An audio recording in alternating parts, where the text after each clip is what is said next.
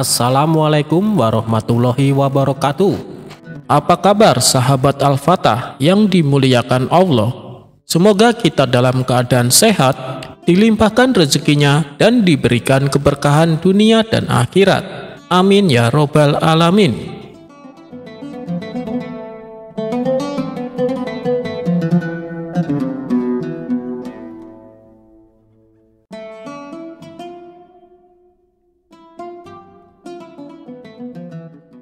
Pada suatu hari, Abu Nawas kedatangan tamu seorang putri saudagar kaya. Ia mengeluhkan tentang pernikahannya dengan seorang pemuda yang berkaki pincang.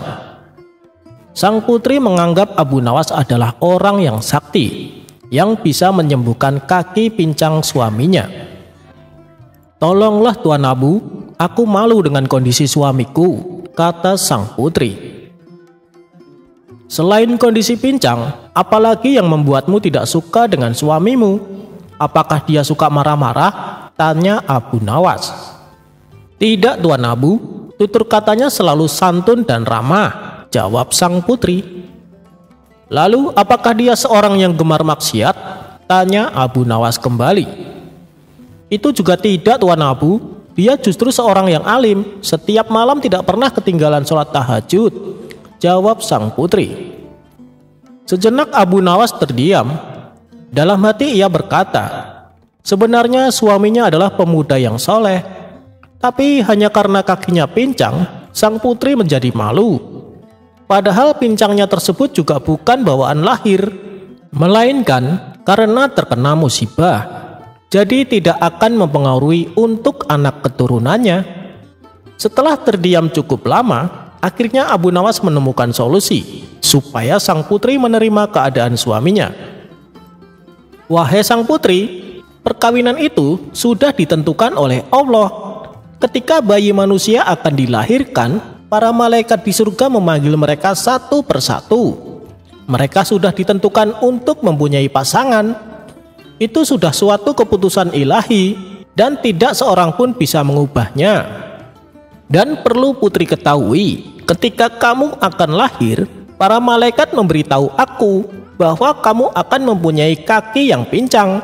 Tapi tiba-tiba ada bayi yang berteriak, 'Wahai malaikat, janganlah jadikan seorang putri dengan kaki yang pincang. Nanti dia akan menjadi sedih dan malu dalam hidupnya. Biarlah aku saja yang pincang.' Mendengar itu, para malaikat pun mengabulkan permintaannya. "Tahukah kamu siapa bayi yang berteriak itu? Dia adalah suamimu itu," tutur Abu Nawas. Karena sang putri menganggap Abu Nawas adalah orang yang sakti, ia pun langsung percaya dengan cerita tersebut. Sejak saat itu sang putri menerima keadaan suaminya tanpa ada perasaan malu sedikit pun. Bahkan rasa cinta dan kasih sayangnya semakin bertambah.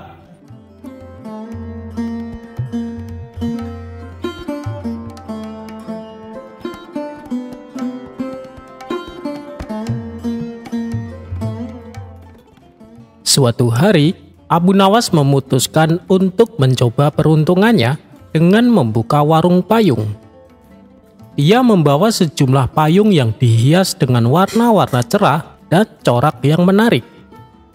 Abu Nawas menempatkan payung-payung itu di pinggir jalan yang sering dilalui oleh orang banyak. Warga kota yang melewati warung Abu Nawas tertarik dengan koleksi payungnya yang unik-unik. Beberapa dari mereka berhenti untuk melihat dan membeli payung sebagai pelengkap perlindungan mereka dari terik matahari atau hujan yang tiba-tiba. Namun, tak lama setelah membuka warung, sekelompok perampok muncul di tengah jalan. Mereka tampaknya mencari sasaran mudah untuk dirampok. "Hei, Abu Nawas, apa yang kau lakukan di sini? Ada sesuatu yang bisa kami bantu?" kata salah satu perampok. Abu Nawas pun menjawab, "Hanya membuka warung payung, saudara-saudara. Kalau kalian butuh payung, aku punya banyak pilihan." "Oh, payung. Kami suka payung. Kami akan mengambilnya tanpa membayar," kata si perampok. Perampok-perampok tersebut kemudian mulai merampas payung-payung dari warung Abu Nawas. Mereka tampaknya tidak peduli dengan harga atau etika berdagang. Tunggu sebentar. Kalian tidak bisa merampas payung saya begitu saja. Harganya harus dibayar, ucap Abu Nawas. Harganya? Kami tidak punya uang. Kami ini perampok, bukan pembeli, jawab salah satu perampok. Meskipun Abu Nawas merasa khawatir, namun berusaha tetap tenang. Ia merenung sejenak, dan kemudian tersenyum licik. Baiklah kalau begitu, saya punya tawaran untuk kalian. Setiap payung yang kalian ambil, saya beri satu petunjuk rahasia di dalamnya. Petunjuk ini akan membawa kalian ke harta karun besar, ucap Abu Nawas serius. Petunjuk rahasia? Apa maksudmu Abu Nawas? Tanya si perampok penasaran. Abu Nawas pun menjawab, saya yakin petunjuk ini sangat berharga. Kalian bisa menjadi kaya raya jika mengikutinya.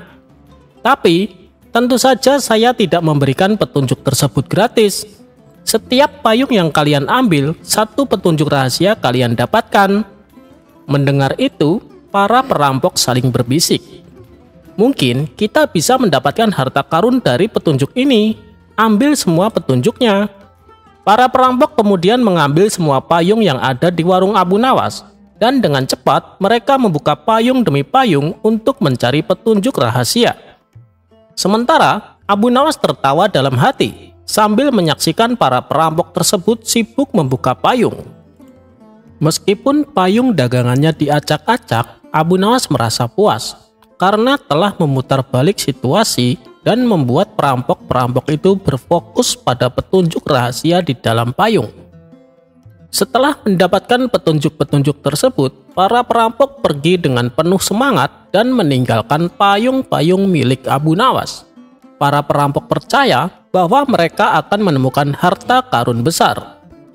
Sementara Abu Nawas memutuskan untuk berkumpul kembali dengan payung-payung dagangannya dan berpikir tentang cara-cara kreatif untuk menjalankan bisnisnya tanpa gangguan lebih lanjut.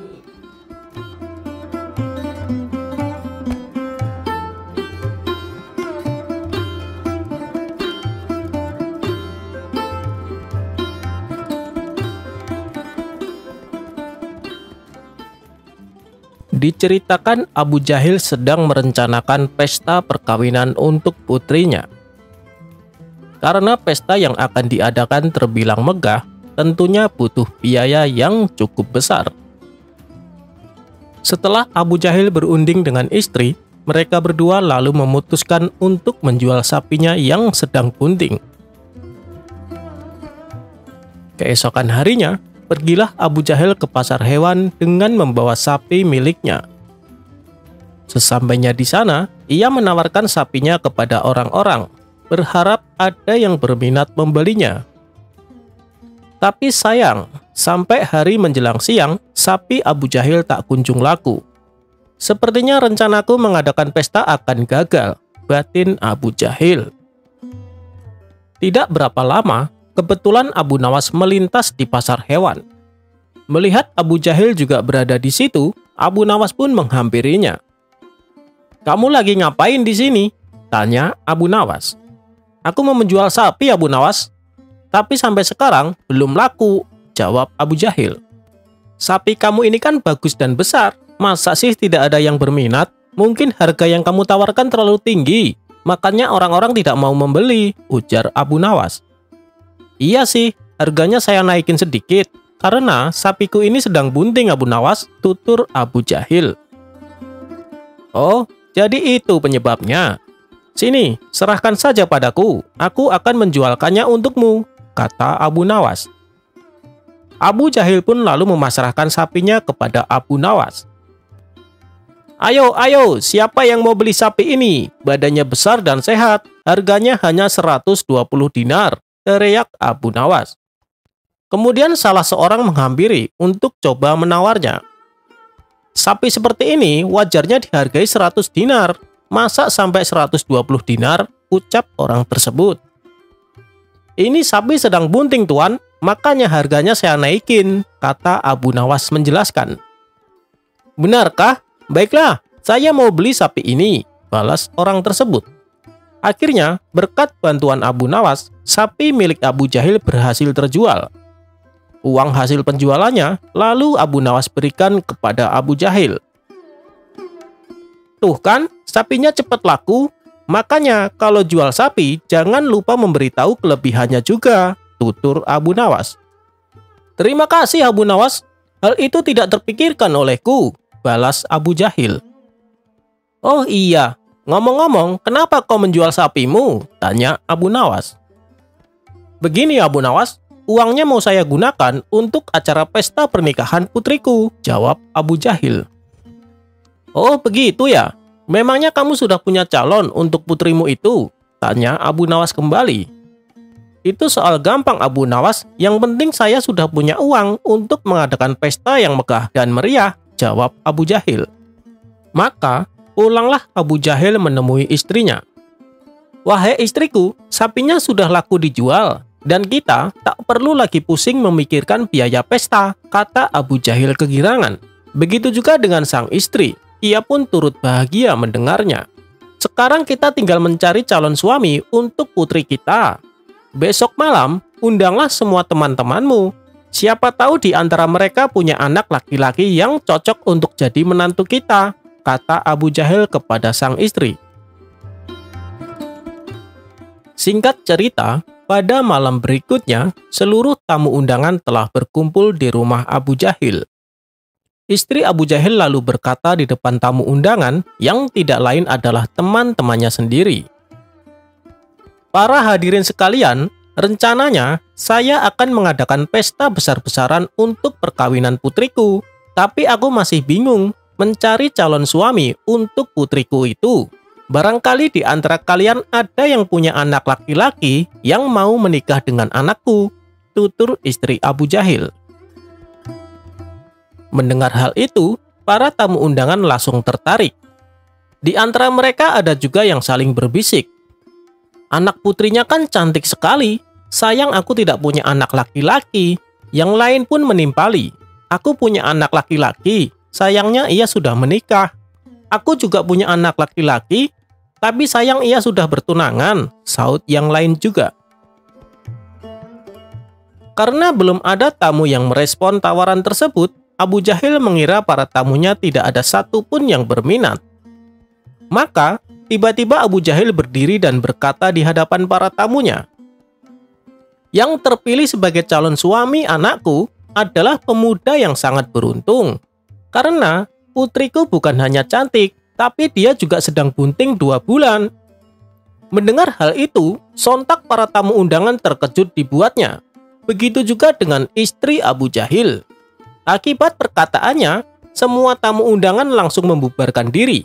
Tentu saja mereka tidak mau menikahkan anaknya dengan anak Abu Jahil. Betapa marah dan kecewanya sang istri kepada Abu Jahil selaku suaminya. "Kamu ini kenapa sih? Kenapa bicara sembarangan?" bentak sang istri. "Memangnya saya salah apa?" tanya Abu Jahil keheranan. "Anak kita kan masih perawan, kenapa kamu bilang sedang bunting 2 bulan? Kata sang istri penuh emosi. "Iya, saya tahu anak kita masih perawan, tapi tujuannya kan baik, supaya yang menikah dengan anak kita merasa beruntung," ujar Abu Jahil. "Beruntung apanya? Kamu malah membuat acaranya berantakan," kata sang istri bertambah emosi. "Kenapa sih kamu sampai berkata seperti itu?" tanya sang istri merasa heran. "Begini, tadi siang waktu aku menjual sapi di pasar, tidak ada seorang pun yang mau membelinya. Padahal sapinya besar dan sehat. Lalu datang Abu Nawas membantuku. Dia lantas memberitahu kepada orang-orang kalau sapi yang aku bawa sedang bunting 2 bulan. Tidak butuh waktu lama, sapinya langsung laku terjual. Makanya saya pakai cara Abu Nawas supaya putri kita cepat laku," kata Abu Jahil dengan polosnya. Sang istri langsung menepuk jidat dengan penjelasan Abu Jahil.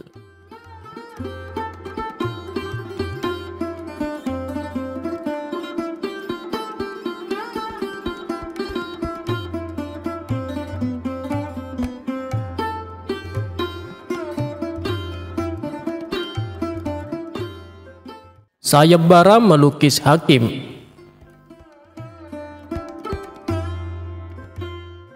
Abu Nawas menang sayembara melukis Hakim bermata sipit hingga dapatkan uang emas. Abu Nawas merupakan tokoh sufi dan pujangga Arab yang terkenal di kota Baghdad.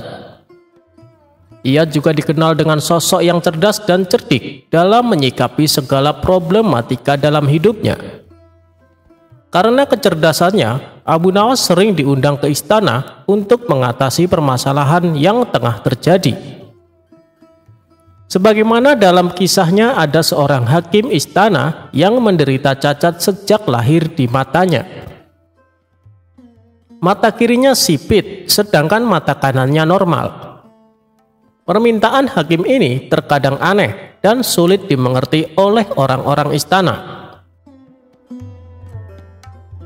Pernah suatu hari, hakim yang bermata sipit ini mengadakan sayembara untuk melukis dirinya sendiri. Apabila lukisannya dianggap bagus, maka akan mendapatkan hadiah uang emas. Namun apabila lukisannya dianggap jelek, maka ia akan dipenjara. Maka saat itulah dikumpulkan pelukis-pelukis handal di seluruh kota Baghdad. Ketika perlombaan melukis dimulai, para warga berbondong-bondong menuju ke rumah Tuan Hakim untuk menyaksikannya. Abu Nawas yang sedang berjalan-jalan santai tidak sengaja melihat keramaian di rumah Tuan Hakim. Ia pun segera mendekat dan bertanya kepada salah satu warga. "Ada apa ini? Banyak orang berkumpul?" tanya Abu Nawas. "Ada lomba lukis," jawab orang tersebut. Karena dibuat penasaran, Abu Nawas semakin maju ke depan. "Oh, ternyata lomba melukis Tuan Hakim," gumam Abu Nawas dalam hati. Namun di antara semua pelukis hebat, ternyata banyak yang memilih mengundurkan diri karena resiko yang berat apabila lukisannya dianggap jelek. Sehingga hanya tersisa 2 orang pelukis yang nekat mengikuti sayembara tersebut. Kesempatan itu tidak disia-siakan oleh Abu Nawas. Ia langsung menghadap Tuan Hakim guna mengikuti sayembara tersebut. "Wahai Tuan Hakim, bolehkah saya mengikuti lomba ini?" tanya Abu Nawas. "Boleh saja Abu Nawas, tapi kamu harus tahu peraturannya kan?" kata Tuan Hakim. "Peraturannya apa Tuan?" tanya Abu Nawas kembali. "Peraturannya adalah kalau lukisanmu saya anggap bagus, kamu akan mendapatkan hadiah uang emas. Tapi kalau lukisanmu saya anggap jelek, maka kamu harus dihukum penjara," kata Tuan Hakim menjelaskan. "Oh, itu. Baiklah, saya siap mendaftar Tuan Hakim," balas Abu Nawas dengan penuh percaya diri. Singkat cerita, setelah beberapa lama kemudian, mereka bertikabun telah berhasil menyelesaikan lukisannya. Kedua pelukis handal dan Abu Nawas itu pun siap menyerahkan masing-masing hasil lukisannya. Pelukis pertama maju dengan menyerahkan hasil lukisannya kepada Tuan Hakim. Ia melukis Tuan Hakim sesuai dengan kondisinya, yaitu mata sipit di sebelah kirinya. Melihat hal itu, Tuan Hakim menjadi murka. "Lukisan apa ini? Kau mengejekku," hardik Tuan Hakim. Karena dianggap gagal, pelukis pertama pun langsung dijebloskan ke dalam penjara. Dilanjutkan pelukis kedua maju dan menyerahkan hasil lukisannya. Ia melukiskan Tuan Hakim dengan kondisi mata normal semua, sehingga terlihat tidak cacat pada matanya. Namun lukisan tersebut juga membuat Tuan Hakim marah. "Beraninya kamu, apa maksudmu melukis wajahku dengan keadaan mata sempurna? Seolah aku tidak mensyukuri nikmat Allah." Pelukis kedua juga dianggap gagal, ia pun dimasukkan ke penjara. Tibalah giliran Abu Nawas untuk menunjukkan hasil lukisannya. Ia segera maju dan menyerahkan hasil lukisannya.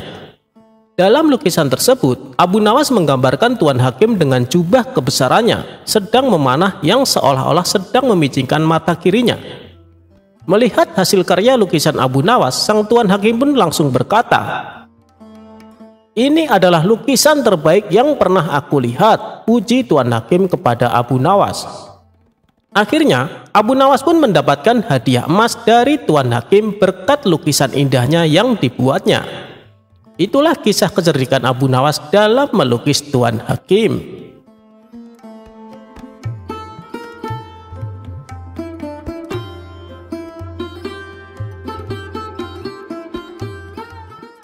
Anak gembala yang bikin emosi.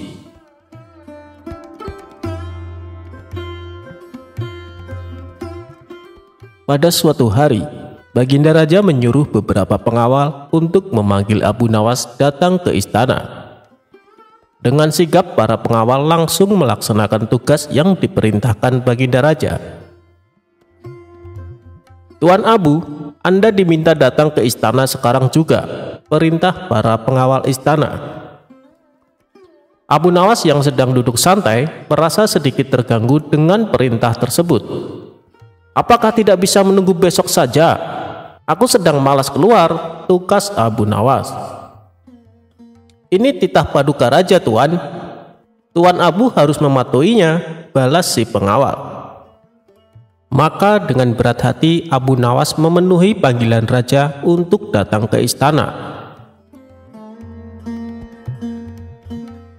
Singkat cerita, datanglah Abu Nawas dan menghampiri Baginda Raja yang tengah duduk di singgasananya. "Ampun paduka yang mulia, ada gerangan apa paduka memanggil hamba?" tanya Abu Nawas.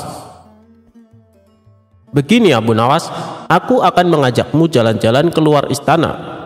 Aku ingin mengetahui kondisi rakyatku," jawab Baginda Raja. "Oh, begitu. Hamba siap menemani paduka," sahut Abu Nawas.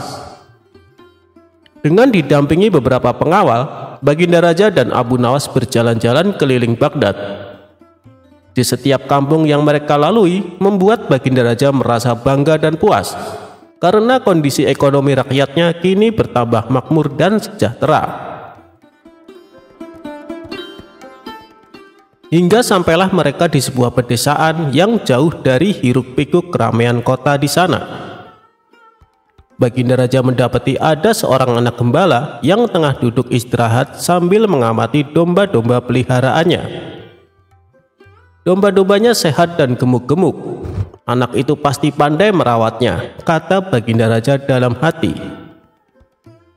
Karena merasa penasaran, Baginda Raja lalu mengajak Abu Nawas untuk menghampirinya. "Abu Nawas, coba kau tanya anak itu, bagaimana cara dia merawat domba-dombanya?" bisik Baginda Raja kepada Abu Nawas. "Siap paduka yang mulia," balas Abu Nawas. Maka Abu Nawas pun mulai bertanya kepada si anak gembala. "Boleh saya tanya sesuatu?" ucap Abu Nawas. "Boleh, silahkan Tuan," jawab si anak. "Domba-dombamu sehat dan gemuk. Kamu kasih makan apa?" tanya Abu Nawas. "Domba yang mana dulu nih, yang hitam atau yang putih?" kata si anak balik bertanya. "Domba yang hitam dulu deh," jawab Abu Nawas. "Oh, kalau yang hitam, dia makannya rumput basah," balas si anak. "Lalu, kalau domba yang putih, kamu kasih makan apa?" tanya Abu Nawas kembali. "Yang putih juga sama, dia makannya rumput basah," jawab anak gembala. Abu Nawas hanya geleng-geleng kepala mendengar jawaban tersebut. Kemudian ia bertanya kembali. "Domba-domba ini per tahunnya menghasilkan banyak bulu ya?" tanya Abu Nawas. "Domba yang mana dulu, yang hitam atau yang putih?" balas si anak gembala. Dengan sedikit kesal, Abu Nawas berkata, "Yang hitam dulu deh." "Oh, kalau yang hitam banyak, 10 kg per tahun," jawab si anak gembala. "Lalu, kalau domba yang putih berapa kilogram per tahunnya?" tanya Abu Nawas penasaran. "Yang putih juga sama Tuan," jawab si anak gembala. Sementara Abu Nawas masih bisa menahan emosinya, ia pun kembali bertanya, "Apakah domba-domba itu menghasilkan susu?" Si anak gembala menjawab, "Domba yang mana duluan, yang hitam atau yang putih?" dengan nada kesal. Abu Nawas membalas, "Yang hitam dulu deh." "Oh, kalau yang hitam, alhamdulillah, selalu menghasilkan susu Tuan," jawab si anak gembala. Memangnya kalau yang putih tidak menghasilkan susu? Tanya Abu Nawas. Yang putih juga sama tuan, tiap bulan pasti menghasilkan susu, jawab si anak. Karena tak kuat menahan emosi, Abu Nawas lalu membentak si anak gembala. Woi bocah, kenapa sih kamu selalu membedakan antara domba hitam dan domba putih, kalau ternyata jawabannya sama saja? Si anak gembala spontan ketakutan dibuatnya. Lalu dengan bibir bergetar, si anak menjawab, maaf tuan, soalnya domba yang hitam itu adalah milik saya tuan. Mendengar alasan si anak gembala, Abu Nawas pun merasa bersalah karena terburu-buru emosi. Oh, begitu rupanya. Maafkan saya ya, habisnya saya tadi sempat emosi. Lalu, kalau yang putih punya siapa nak? Tanya Abu Nawas penuh kelembutan. Yang putih juga milik saya tuan, jawab si anak. Seketika emosi Abu Nawas kembali memuncak. Ia pun memilih untuk meninggalkan si anak gembala. Dasar bocah sialan, gerutu Abu Nawas. Sementara Baginda Raja tertawa terpingkal-pingkal melihat kejadian tersebut.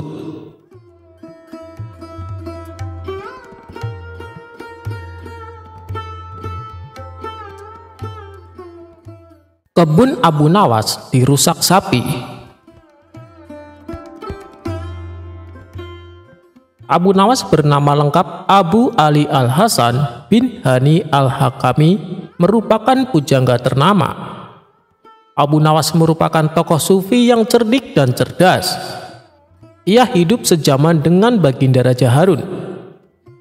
Abu Nawas juga dikenal dengan sosok yang jenaka, sehingga tak jarang orang-orang terhibur dengan tingkahnya. Namun, kisah kesuksesan Abu Nawas tidak selamanya menghampiri. Berikut kisah apes Abu Nawas. Abu Nawas memiliki kebun yang cukup luas. Kebun tersebut sudah lama ia tanami berbagai macam sayuran yang dapat menghasilkan cukup banyak uang. Oleh karena itu, Abu Nawas sangat menjaga kebunnya itu.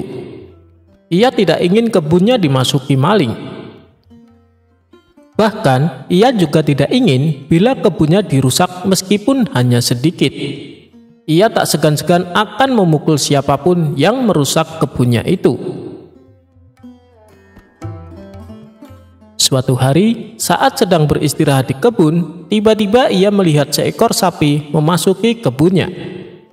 Parahnya lagi, sapi tersebut memakan daun-daun dan semua tanaman yang ada di kebun Abu Nawas. Tentu saja hal itu membuat Abu Nawas sangat marah. Dengan cepat, ia pun mengambil ranting pohon yang cukup tebal dan panjang dan berlari mengejar sapi tersebut. Melihat Abu Nawas yang berapi-api, sapi itu segera berlari menghindari kejaran Abu Nawas. Yang lebih membuat marah karena si sapi itu tak kunjung keluar dari kebunnya. Karena diinjak-injak, seluruh tanaman Abu Nawas pun rusak. Setelah beberapa menit, akhirnya sapi itu berhasil keluar dari kebun dan selamat dari amarah Abu Nawas. Akibat kejadian tersebutlah Abu Nawas sangat dendam kepada sapi tersebut. Setiap hari ia selalu menunggu kehadiran si sapi di kebunnya. Namun hingga seminggu sapi itu tak kembali muncul. Hingga pada suatu ketika saat pulang dari kebunnya, Abu Nawas berpapasan dengan seorang petani yang sedang menaiki gerobak yang ditarik sapi yang saat itu merusak kebunnya. Nah, itu dia sapinya. Kali ini kau tak akan bisa menghindar dariku, kata Abu Nawas geram.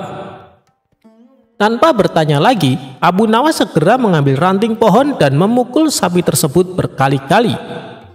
Sapi itu hanya bisa pasrah. Sang sapi tak bisa berlari menghindar karena sedang menarik gerobak. Tapi tentu saja perbuatan Abu Nawas ini membuat si petani marah. Hei, ada apa dengan sapiku? Kenapa kamu terus-terusan memukulnya? Bentak si petani. Jangan ikut campur, ini urusanku dengan sapi. Ia tahu kesalahan yang telah diperbuatnya, balas Abu Nawas. Petani itu hanya bisa melongo mendengar jawaban Abu Nawas. Setelah puas memukul sapi itu, Abu Nawas lalu pergi meninggalkan sapi dan si petani. "Dasar orang gila," gerutu sang petani. Petani itu pun kemudian melanjutkan perjalanannya. Itulah kisah unik Abu Nawas yang bikin geleng-geleng kepala.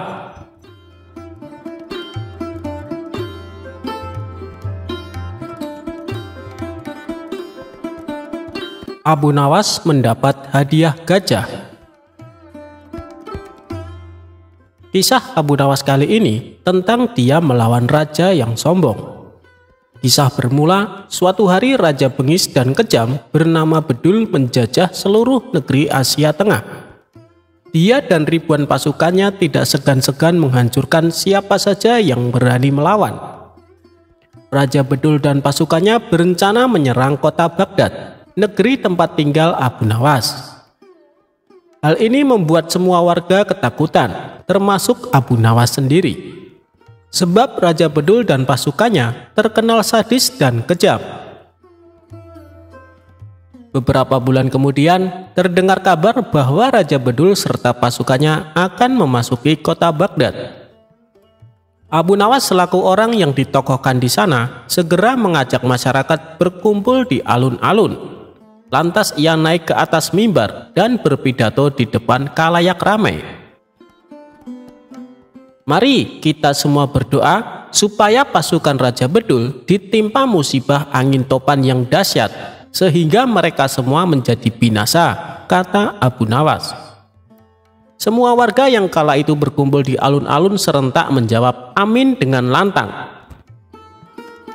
Tiba-tiba seorang pria berdiri dan bertanya kepada Abu Nawas, "Apakah engkau pernah melihat tentara Raja Bedul?" "Belum pernah, dan aku juga belum pernah melihatmu sebelumnya. Sepertinya kau bukan orang sini," jawab Abu Nawas. "Benar, aku memang bukan orang sini, karena aku adalah panglima tentara Raja Bedul," ujar orang itu. Sontak Abu Nawas terkejut. Begitu pula penduduk kota. Mereka tidak menyangka bahwa pasukan Raja Bedul sudah memasuki daerahnya. Tapi dengan tenang, Abu Nawas melanjutkan pidatonya. "Mari kita berdoa sekali lagi, kali ini untuk jenazah kita." Mendengar hal itu, membuat panglima tentara Raja Bedul menjadi heran. "Kenapa berdoa untuk jenazahmu sendiri? Dasar bodoh. Orang mati itu didoakan oleh orang yang hidup," ujarnya. "Tuan benar, tapi bukankah kami semua akan mati diserang pasukan Tuan? Sedangkan kami tidak tahu apakah akan ada di antara kami yang masih hidup untuk mendoakan jenazah kami. Jadi selagi kami masih hidup, kami berdoa untuk jenazah kami nanti," balas Abu Nawas. Panglima tentara Raja Bedul tertawa terpingkal-pingkal mendengar kelucuan Abu Nawas. Dia mengatakan bahwa dirinya dan pasukannya tidak akan menyerang negeri Abu Nawas, justru sebaliknya, akan memberikan hadiah seekor gajah. Para penduduk pun lega mendengarnya. Mereka berterima kasih kepada Abu Nawas karena telah menyelamatkan. Namun, permasalahan lain pun muncul. Kehadiran gajah tersebut membuat penduduk desa resah sebab memakan banyak hasil panen. Penduduk negeri pun mengadukan ini kepada Abu Nawas. "Bagaimana ini Abu Nawas? Apa yang harus kita lakukan? Kita tidak mungkin membunuh atau menjual gajah itu kan? Bisa-bisa panglima tentara Raja Bedul akan murka," tutur salah seorang warga. Mereka semua menyalahkan Abu Nawas dan menuntut agar mengembalikan hadiah itu. "Aku setuju dengan usul kalian, tapi dengan satu syarat. Kalian harus menemaniku saat menghadap sang panglima," ujar Abu Nawas. Para penduduk desa pun sepakat dengan keputusan Abu Nawas. Sesampainya di sana, ada ribuan pasukan yang sedang berkumpul dan terdapat ratusan tenda berdiri di tengah lapangan. Abu Nawas sempat dicegah oleh salah satu prajurit, tapi akhirnya diperbolehkan menghadap panglima. Tanpa Abu Nawas sadari, ternyata penduduk desa yang menemani memilih kabur meninggalkannya. Mereka takut dibunuh bila sampai usulannya membuat panglima menjadi marah dan murka. Lalu nahasnya lagi, Saat itu Panglima sedang dalam suasana hati yang buruk. "Mau apa datang kemari?" bentak Panglima. "Ini tentang gajah yang Tuan berikan," jawab Abu Nawas gemeteran. "Memangnya kenapa? Apakah hadiahku tidak berguna?" tanya Panglima. Abu Nawas menjadi ketakutan. Ia lalu menengok ke belakang dan ternyata penduduk telah meninggalkan dirinya. Dikarenakan merasa dibohongi, Abu Nawas pun menjadi jengkel. Ia lalu memikirkan jalan keluar sekaligus balas dendam kepada penduduk negerinya yang meninggalkannya. Kira-kira jawaban apa yang harus ia katakan supaya Panglima Tentara Raja Bedul tidak marah? Akhirnya Abu Nawas pun menemukan ide cerdas. "Begini Tuan, hamba perhatikan gajah pemberian Tuan terlihat sedih. Mungkin karena tidak ada pasangannya. Apakah Tuan punya gajah betina untuk dijadikan pasangannya?" ucap Abu Nawas. "Oh itu, baiklah, sekarang juga akan aku kirim gajah betinanya," jawab Panglima. Abu Nawas kemudian undur diri pamit pulang. Dia pun pulang dengan senang karena mendapat hadiah lagi seekor gajah. Ini dia menjadi punya 2 gajah.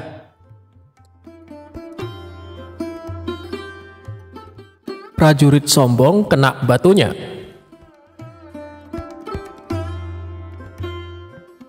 Berawal dari suatu pagi, Abu Nawas sedang duduk-duduk santai di teras rumahnya. Mendadak datanglah beberapa prajurit istana. "Pak Tua, di manakah aku bisa menemukan tempat untuk bersenang-senang di daerah sekitar sini?" tanya seorang prajurit yang ternyata komandan prajurit. "Kalau tidak salah di sebelah sana," jawab Abu Nawas males-malesan. "Di manakah tempat itu?" tanya prajurit lainnya dengan sifat yang tidak menghargai. "Pergilah ke arah sana lurus tanpa belok-belok, maka kalian akan menjumpai tempat untuk bersenang-senang," jawab Abu Nawas. Rombongan tentara kerajaan itu akhirnya pergi juga menuju tempat yang sudah ditunjukkan Abu Nawas. Setelah beberapa saat, kagetlah mereka semua karena tempat yang mereka cari tidak ditemukan, kecuali hanya pemakaman yang sangat luas. Tentu saja hal ini membuat para prajurit berang karena merasa telah ditipu oleh Abu Nawas. Mereka pun kembali lagi ke tempat Abu Nawas. "Hai Pak Tua, keluarlah engkau. Kenapa engkau berani sekali membohongi kami?" tanya sang komandan yang tidak tahu kalau yang diajak bicara itu sebenarnya Abu Nawas, si penasehat kerajaan. "Siapakah engkau ini berani sekali membohongi kami?" tanya salah seorang prajurit. "Aku adalah Abdi," jawab Abu Nawas. Abu Nawas terkesan asal bicara. Komandan dan para prajurit merasa geram dan marah. "Prajurit, tangkap dia!" perintah komandan kepada para anak buahnya. "Engkau akan kubawa ke Panglima kami," tambah komandan kepada Abu Nawas. Rupanya Abu Nawas dihadapkan ke Panglima kerajaan. "Wahai Panglima, kami telah menangkap seorang pembohong yang berani membohongi pasukan kerajaan," kata komandan melaporkan. Panglima bersikap biasa saja. Bahkan dia memerintahkan kepada prajurit untuk melepaskan borgol di tangan Abu Nawas. Komandan dan para prajurit terkejut dan merasa heran. Setelah itu Panglima mendekati Abu Nawas. "Tuan, maafkan perbuatan anak buahku ini ya," kata Panglima itu dengan sangat sopan. Panglima dan Abu Nawas sudah saling mengenal. Mereka seringkali bertemu ketika sang khalifah mengundang ke istana. Betapa terkejutnya sang komandan dan para prajurit. Perasaan sombong dan congkak yang tadi menyelimuti mereka seakan berubah menjadi rasa takut. "Wahai Tuan Abu Nawas, sebenarnya kebohongan apa yang mereka sangkakan kepadamu?" tanya Panglima. "Wahai Panglima, mereka memintaku menunjukkan tempat untuk bersenang-senang. Tentu saja aku tunjukkan kuburan. Karena kuburan adalah tempat yang lebih baik bagi orang-orang yang taat kepada Allah Subhanahu wa Ta'ala. Di sana pula dia akan mendapat hidangan yang nikmat dari Allah Subhanahu wa Ta'ala. Terbebas dari rasa fitnah dan kejahatan manusia dan makhluk lainnya, jawab Abu Nawas serius. Panglima tersenyum mendengar penjelasan Abu Nawas. Komandan istana lantas buru-buru mendekati Abu Nawas. Maafkan hamba Tuan Abu Nawas, andai saja hamba mengetahui bahwa Tuan adalah Tuan Abu Nawas, tentu kami tidak akan berani membawa Tuan ke hadapan Panglima, kata komandan lagi. Wahai komandan, apakah aku telah membohongi kalian? Bukankah aku berkata benar? Aku adalah abdi, dan setiap orang adalah abdi Allah Subhanahu wa Ta'ala, termasuk kalian semuanya, tutur Abu Nawas. Anda benar tuanku, jawab komandan dengan malu hati.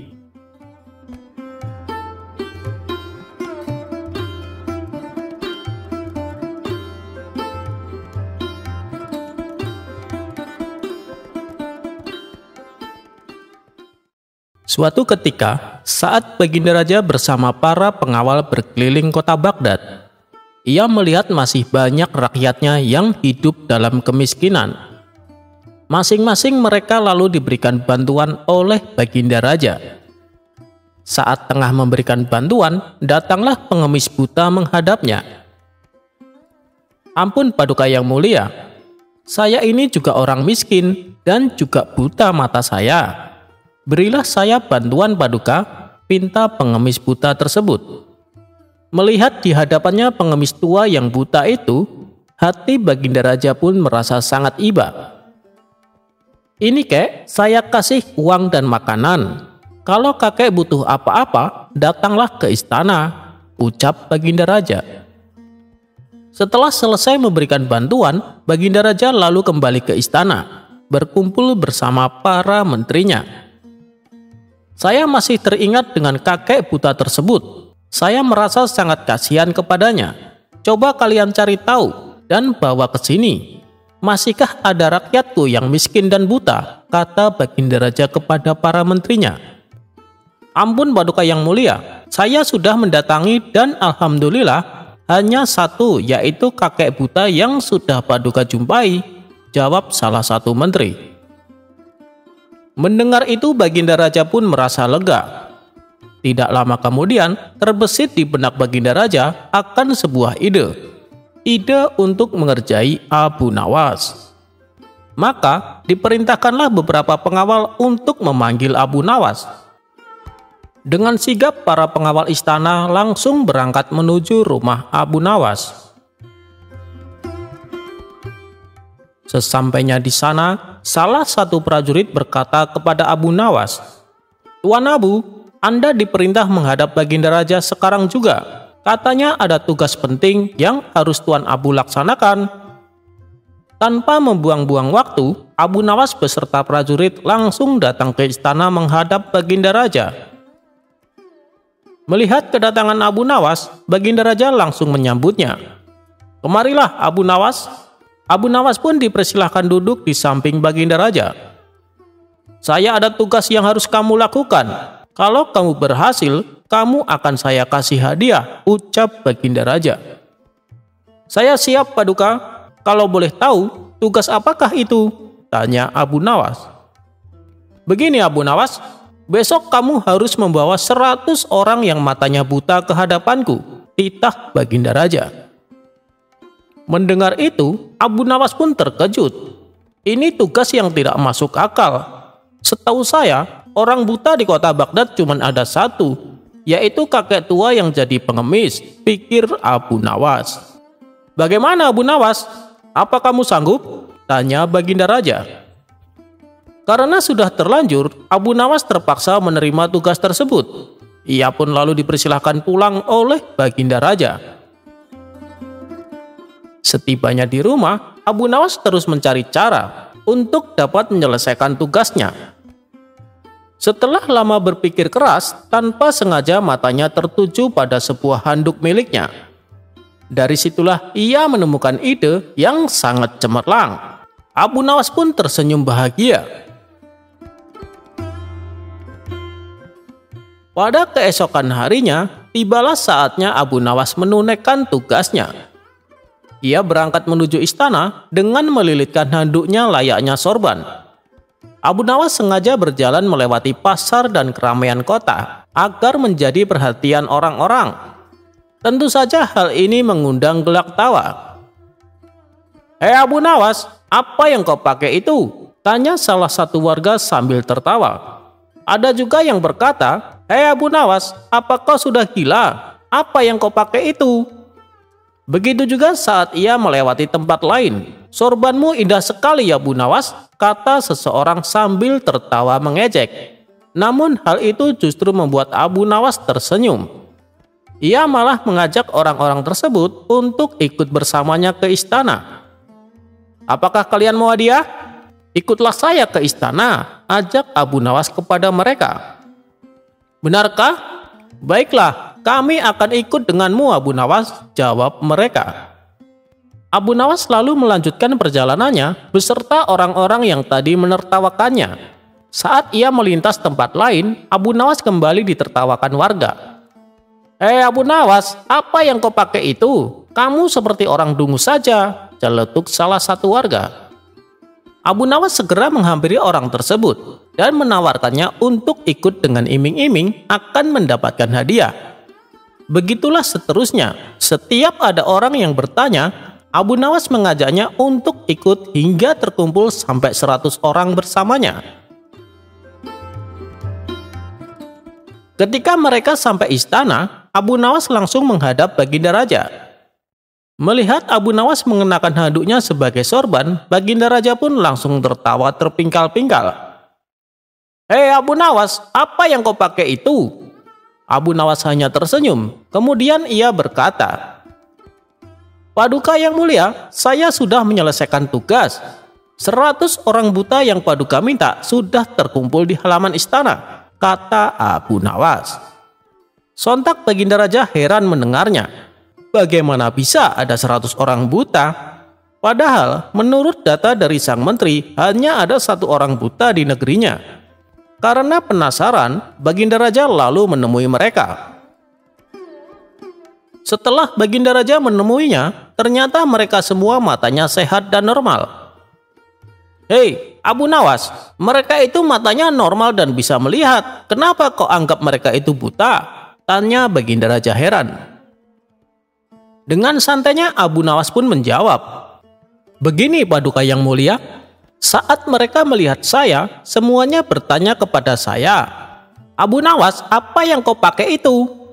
Sudah tahu yang saya pakai adalah handuk, tapi mereka masih saja bertanya. Oleh sebab itulah saya anggap mereka adalah orang buta.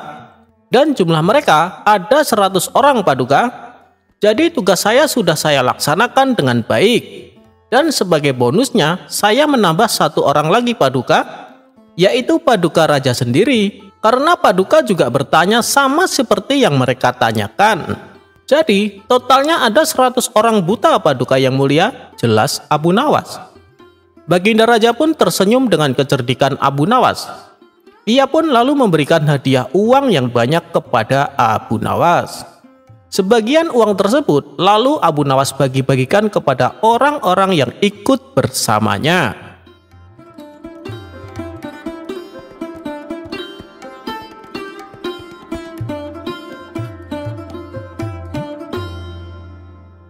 Abu Nawas dan petugas perbatasan.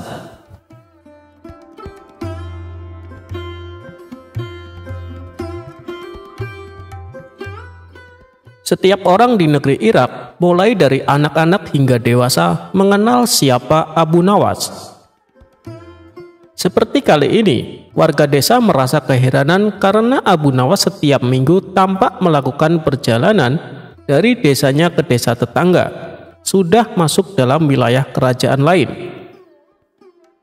Seperti biasanya, awal minggu pada suatu bulan, dini hari Abu Nawas telah keluar rumahnya yang sangat sederhana. Di samping rumah sederhana tersebut terdapat kandang kuda yang penghuninya kerap berganti-ganti. Pada dini hari itu, Abu Nawas bersiap-siap melakukan perjalanan menuju desa tetangganya sambil menunggangi kuda. Keesokan harinya, biasanya dia akan pulang ke desanya di negeri Irak tersebut sambil membawa banyak barang.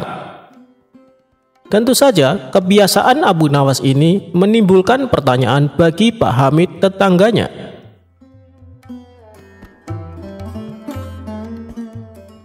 Suatu sore ketika Abu Nawas pulang dari perjalanan, hal tersebut ditanyakan kepada Abu Nawas tentang perniagaannya yang membuat warga sekampung bingung. "Hei Abu Nawas, kemanakah engkau beberapa waktu ini?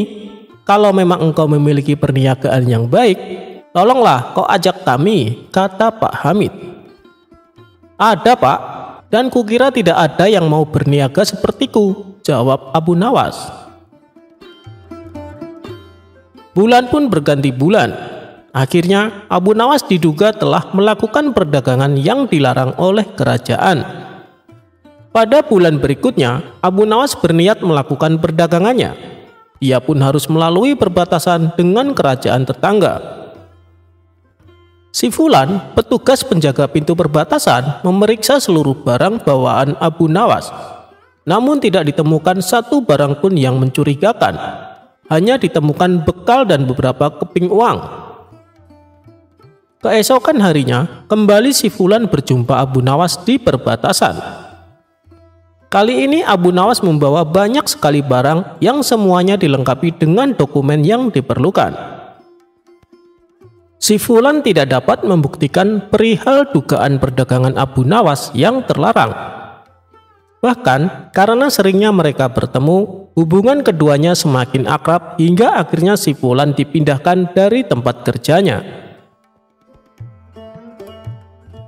Pada suatu hari, keduanya bertemu kembali di suatu kesempatan yang tidak terduga. Si Fulan sekarang bukan lagi seorang penjaga perbatasan. Dia telah pensiun dari pekerjaan itu. Abu Nawas sekarang sudah dikenal sebagai seorang saudagar yang dermawan dan berhasil. Pertemuan itu akhirnya dilanjutkan dengan jamuan makan oleh Abu Nawas. Dalam kesempatan tersebut, masing-masing bercerita tentang pengalaman yang telah mereka hadapi selama lebih kurang 20 tahun tidak bertemu. "Usaha apa yang telah engkau lakukan di masa lalu, saudaraku? Karena aku mengetahui kau tak membawa cukup uang. Tetapi ketika engkau pulang, tak hanya keperluan makanan, barang lainnya pun kau bawa setelah pulang dari perdagangan yang tidak sampai sehari semalam engkau lakukan," tanya si Fulan. Mendengar hal tersebut, Abu Nawas pun tertawa sambil mengingat kembali kebiasaan masa mudanya. "Sebenarnya sangat mudah, saudaraku. Untuk mencari bukti tak perlu harus memeriksa semua barang bawaanku. Seperti yang engkau ketahui, bahwa aku senantiasa pergi dengan mengendarai kuda. Tetapi ketika pulang, aku hanya berjalan kaki, dan disitulah usahaku," kata Abu Nawas. Mendengar penjelasan Abu Nawas, akhirnya si Fulan mengerti bahwa di masa itu Abu Nawas menjual kuda-kudanya di negeri tetangga dan pulangnya dia tukarkan dengan barang-barang lainnya. Abu Nawas dihukum masuk kandang singa gara-gara bikin kesal Baginda Raja. Suatu hari Abu Nawas nekat menjahili Baginda Raja. Kali ini usilnya tergolong kelewat batas, karena Baginda Raja hampir saja kehilangan nyawa.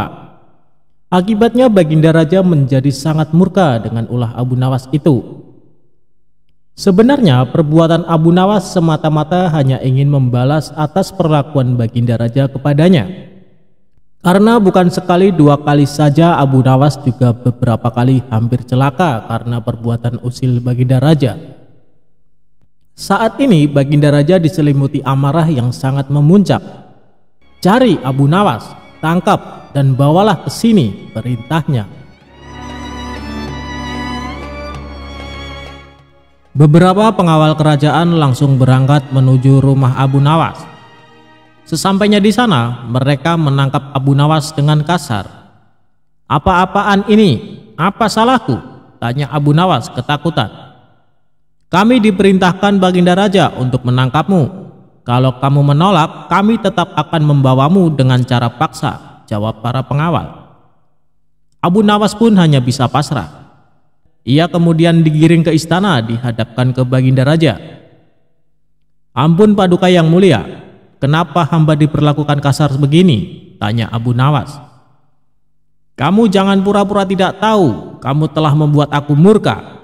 Perbuatan usilmu kemarin hampir saja membuatku mati.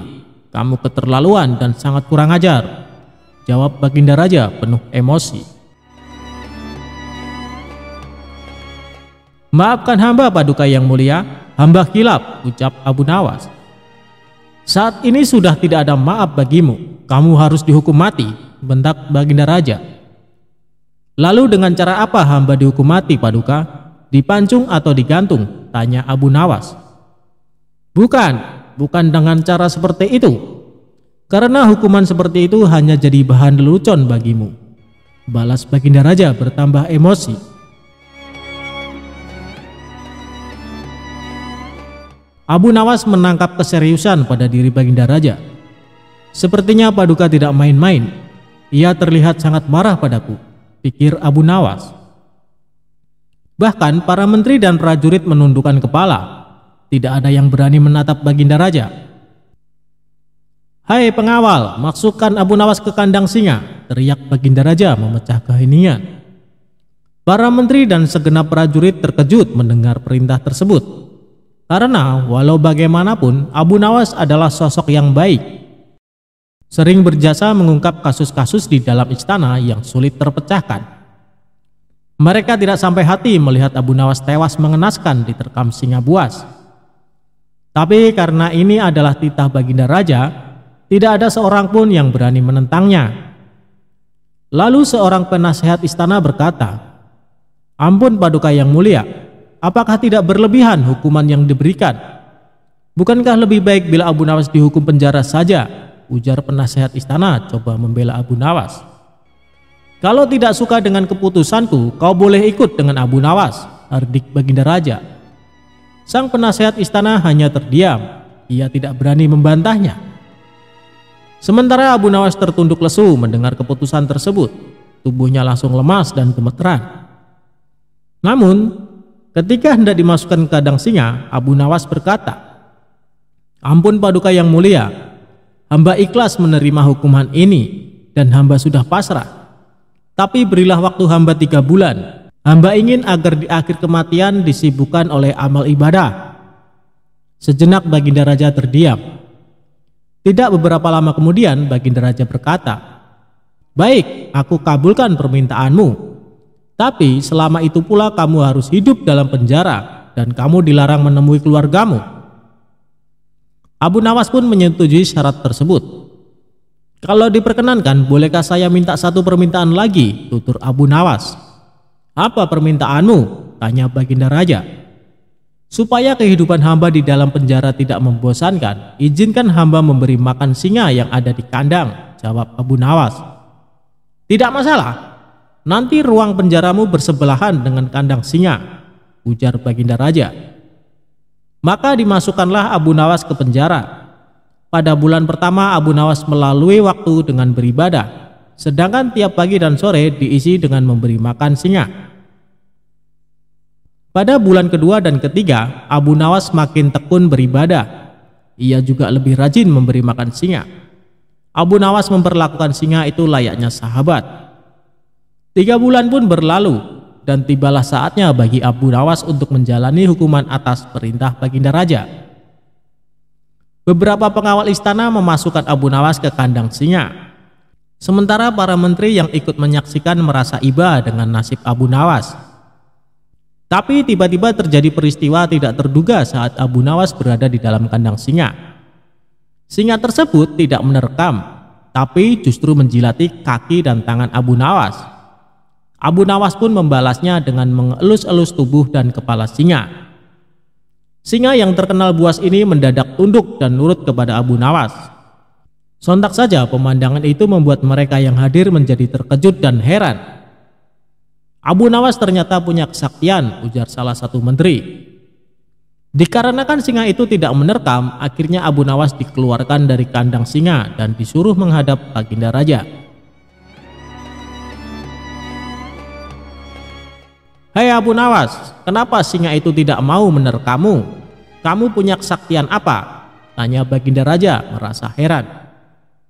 Sama sekali hamba tidak punya kesaktian, Paduka, jawab Abu Nawas. Tapi kenapa singa itu tidak memakanmu? Tanya Baginda Raja lagi. Begini, Paduka yang mulia, selama 3 bulan ini hamba rutin memberi singa itu makan dan minum. Dan hamba juga memperlakukan dia dengan baik. Oleh sebab itulah hamba tidak dimangsanya. Sebab dia pikir hamba adalah orang yang berjasa bagi dia. Padahal hanya 3 bulan hamba memperlakukan dia dengan baik. Dia memang seekor singa yang buas, tapi dia tahu balas budi. Buktinya dia tidak memangsa hamba. Sedangkan Paduka sendiri bertahun-tahun hamba mengabdi kepada Paduka dan berjasa bagi istana ini. Tapi hanya karena satu kesalahan, Paduka begitu tega menjatuhkan hukuman mati kepada hamba, tutur Abu Nawas menjelaskan. Mendengar hal itu, Baginda Raja pun menyadari akan kesalahannya. Maafkan aku, Abu Nawas, aku telah berbuat khilaf. Baiklah, sekarang kamu boleh pulang, dan ini ada hadiah uang untukmu dan keluargamu. Terimalah sebagai rasa terima kasihku karena telah menyadarkanku, ujar Baginda Raja. Berkat kecerdikannya, Abu Nawas kembali lolos dari hukuman mati.